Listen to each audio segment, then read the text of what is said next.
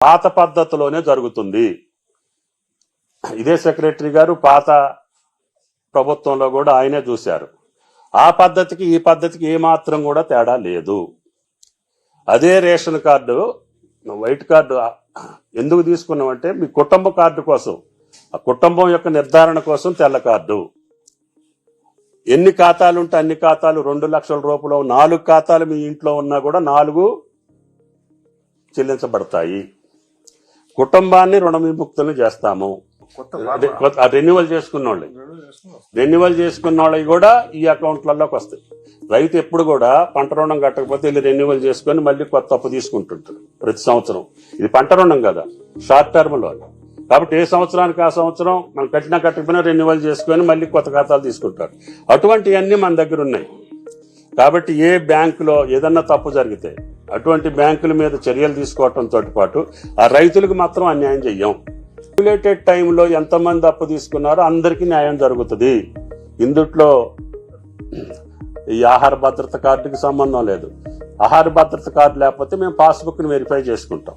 ఆ కుటుంబ నిర్ధారణ చేసుకున్న తర్వాత వాళ్ళది కూడా పే చేస్తాం. మేము ఇచ్చిన జీవో ఎప్పుడు ఇచ్చామండి? 15 16 ఇచ్చాం. 18 ఎమ్మటే క్యాష్ ట్రాన్స్ఫర్ చేశాం. ఇప్పుడున్నటువంటి ఖాతాలు ఏవైతే ఉన్నాయో 11 లక్షలు ఎన్నో, వాటి వరకు మాకు ఇప్పుడు ఉంది. మిగతాయి కూడా వెళ్ళి మేము ఎనాలిసిస్ చేయాలి. మళ్ళీ మేము 1.5 లక్షలు ఇచ్చే రోజుకి అవి కూడా చేస్తాం. మళ్ళీ 2 లక్షలు ఇచ్చే రోజుకి మిగతాయి కూడా చేసుకుంటాం. ఇప్పుడు ఎస్ఎస్ చేస్తున్నారు. వీటి వరకు మా దగ్గర ఉన్నాయి. ఇప్పుడు చేసే వరకు మా దగ్గర క్లియర్ అయిపోతాయి. ఒక నెల రోజుల వరకు కూడా టైం ఉంది. వీటికి ఎక్కడైనా ఎవరికైనా ఇబ్బంది ఉంటే 1 మంత్ లోపల మా ఏఓ డిఏఓ బ్యాంకర్స్ అందరూ కూర్చొని పరిష్కారం చేయాల్సిన బాధ్యత కూడా మా అధికారుల మీద ఉంది. కాబట్టి దయచేసి ఎవరు కూడా ఆదుర్దా పడక్కర్లేదు, ఆందోళన చెందక్కర్లేదు. గతంలో జరిగిన పద్ధతిలోనే జరుగుతుంది.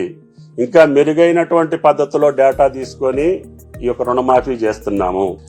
1 లక్ష రూపాయలు మొత్తం మీద 1 లక్ష రూపాయల లోన్ ఉన్నోళ్ళు 16,000 కోట్లు ఇచ్చారు. మేము 1 లక్ష రూపాయల లోపు ఉన్నటువంటి వాళ్ళే వీళ్ళు. అదే రేపు 1.5 లక్షకి వెళ్ళిన తర్వాత మిగతా 11,000 10,000 మంది వస్తారు. మిగతా 2 లక్షలకు వెళ్ళినప్పుడు 44 లక్షల మంది ఖాతాలు వస్తాయి. ఈ రోజు 1 లక్షకు లోపు ఉన్న ఖాతాలు. అప్పుడు ఏంటంటే ఎంతున్నా కూడా 1 లక్ష రూపాయలు ఉన్న ఖాతా అది. అర్థమైందా? 44 లక్షల మంది, 40 లక్షలు ఎంతో ఉన్నారు కదా. అప్పుడు 16,000 కోట్లకి 1 లక్ష రూపాయలు ఇచ్చారనుకుంటున్నారు. అది సంఖ్య. ఇప్పుడు మేము 1 లక్ష లోపు వాళ్ళకి ఇచ్చాం. 1,10,000 వాళ్ళకి రేపు వస్తుంది. తర్వాత 2 లక్షల వాళ్ళు మొత్తం నెంబర్ వస్తుంది. వాళ్ళకి అర్థం కాని ఏంటంటే ఇవాళ 6,000 కోట్లు చిల్లరి, 6,098 కోట్లు ఎంతో ఈ 1 లక్ష లోపులో ఉన్నటువంటి ఖాతాలు. అదే మొత్తం మీద 1 లక్ష ఖాతాలు వేరే ఉన్నాయి. 2 లక్షలు ఉన్నోళ్ళకి కూడా 1 లక్ష మాఫీ చేసిన రోజున ఆ నెంబర్ వస్తుంది అంటున్నా. కుటుంబ నిర్ధారణ రేషన్ కార్డు వల్లే జరుగుద్ది. ఏ డేటా లేదు. అప్పుడు అవైలబిలిటీ డేటా రాసుకున్నారు. అవైలబిలిటీ డేటా ఏం పెట్టి చేశారు రఘునందన్ రావు గారు అన్న? రేషన్ కార్డే ఆధారం అండి కుటుంబం నిర్ధారణకి అన్నారు. దాంతో కుటుంబ నిర్ధారణ జరుగుద్ది. కుటుంబ నిర్ధారణ కార్డు ఆహార భద్రత కార్డు లేనటువంటి నా బోటోడు నీ బోటోడు ఉంటే పాస్బుక్ ద్వారా మేము నిర్ధారణ చేసుకొని ఆ కుటుంబాన్ని నిర్ధారించుకొని ఆ కుటుంబంలో ఉన్న 2 లక్షలు కూడా మేము రుణమాఫీ చేస్తాం.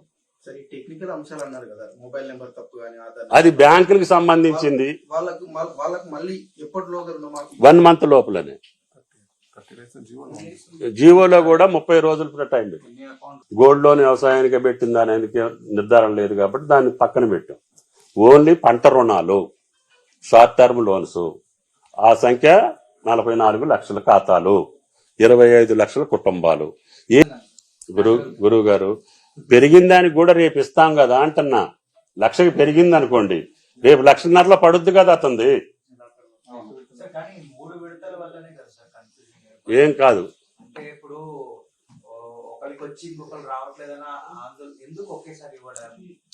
ఇవ్వు మూట.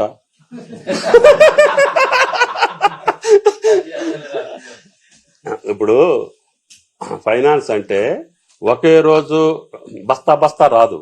ట్యాక్స్ ఈ రోజు కట్టేవాడు ఈ రోజు కడతాడు, రేపు కట్టేవాడు రేపు కడతాడు.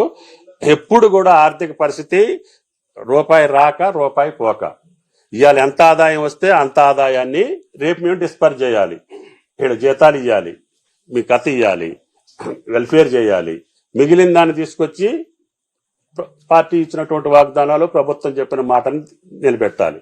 కాబట్టి రిజర్వ్ బ్యాంకులో మనం ముద్ర కొట్టేదానికి లేదు, మొత్తం రిజర్వ్ బ్యాంకులో ఒకే రోజు ఈమెంట్ ఇచ్చేదానికి కూడా ఉండదు.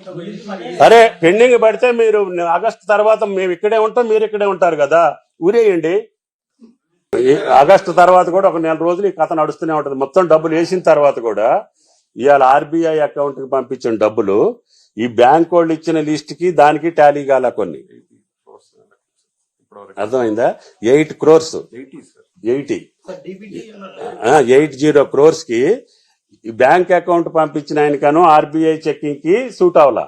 మళ్ళీ 24 hours లో మళ్ళీ వాళ్ళు చెక్ చేసుకుంటారు, మళ్ళీ చెక్ చేసుకుంటారు. ఎందుకంటే ఇది ఫైనాన్షియల్ ఆస్పెక్ట్ కాబట్టి ఆర్బీఐ ఒప్పుకోదు.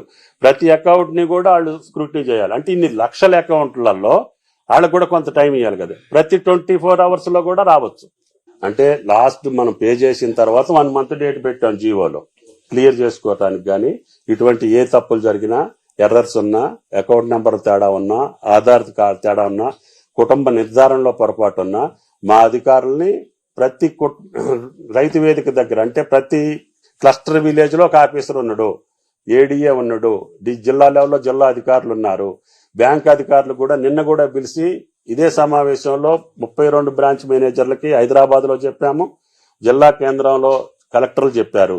వాళ్ళది మన అధికారులను సమన్వయం చేసుకొని ప్రతి రైతు మీ ఖాతా ఇచ్చిన నెంబర్ కి క్లియర్ చేసేదాకా ఇద్దరిది బాధ్యత. నా బోటోడు వెళ్ళిండి అనుకోండి, చదువురానోడు, వాళ్ళు అది నెంబర్, నా ఆధార్ నెంబర్ నొక్కేస్తే నా ప్రొఫార్మా మొత్తం అవుతుంది. నాకు ఎన్ని బ్యాంకుల్లో అప్పు ఉంది, అసలు ఎందుకు, కుటుంబ సభ్యులు ఎవరెవరు ఉన్నారు, వీళ్ళకి ఇంకెక్కడెక్కడ లోన్లు ఉన్నాయి, మొత్తం సమాచారం ఆ రైతు సమాచారంలో ఉంటది. ఆ ఏఈఓ దగ్గరికి వెళ్తే అతని దగ్గర మీకు ఆ యాప్ ఉంటది. తుమ్మల నాగేశ్వరరావు అని నొక్కేస్తే నా కుటుంబ వివరాలు, నా కుటుంబ సభ్యుల వివరాలు, మేము అందరం అప్పులు తీసుకునే వివరాలన్నీ ఉంటాయి. కాబట్టి ఎక్కడా కూడా మీకు తేడా కనపడేది లేదు. ఇప్పుడు ఒకే ఆధార్ నెంబర్ మా ఇద్దరి మీద వచ్చింది అనుకోండి, అది సస్పెక్షన్ పడుద్ది. వెరిఫై చేసుకొని నాదే ఆయనదా తేల్చుకున్న తర్వాత we have to clear it. 1 Aadhaar different names, Aadhaar లో లోపాలు, అంటే 12 అంకెలు ఉండాలి, 12 అంకెలు కాకుండా 10 అంకెలే ఉన్నాయి. అది రైతు తప్పు కాదు, ఎవరో కీయింగ్ చేశారు బ్యాంక్ లో తప్పుగా. ఇప్పుడు మీరు రాసేది ఒకటి అయితే ప్రింట్ అయ్యేది ఒకటి అవుతుంటది కదా, అక్కడక్కడ దాన్ని సెట్ చేసే వాళ్ళు ఉంటారు కదా.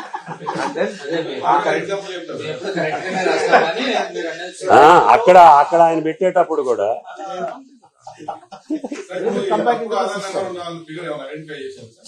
ఏమంటారు, 3 లక్షలు ఉంది, చేయాల్సిందే. ఇప్పుడు ఏఈఓ దగ్గర ఆధార్ నెంబర్ అప్డేట్ చేసుకోవచ్చు, but source of the data is branch manager. So branch manager దగ్గరికి వెళ్ళి ఆధార్ అప్డేట్ చేయాలి, ఎందుకంటే ఆ అకౌంట్ లో ఆధార్ పడాలి. మా దగ్గర మా అకౌంట్ లో కాదు, బ్రాంచ్ అకౌంట్ లో ఆధార్ ఎంటర్ కావాలి. ఇప్పుడు ఇండియన్ ఓవర్సీస్ బ్యాంక్ వాళ్ళు ఇచ్చిన డేటాలో వాళ్ళ లోన్ అకౌంట్ ముందు 0 ఎంటర్ చేసి ఇచ్చారు. Okay, now that account is creating a problem for us because SBI, I'm SBI bank holder, నా దాంట్లో కూడా 0 ఉంటుంది, బట్ మేము రాస్తున్నప్పుడు ఎప్పుడు 0 రాయాలి, బట్ వాళ్ళు ఆ విధంగా ఎంటర్ చేసి ఇచ్చారు. So those kind of accounts we're not treating it as not clear, కానీ అవన్నీ క్లియర్ అవుతాయి. సో అందువల్ల నేను ఈ ఫిగర్ అని, ఎందుకంటే every day work is happening on that.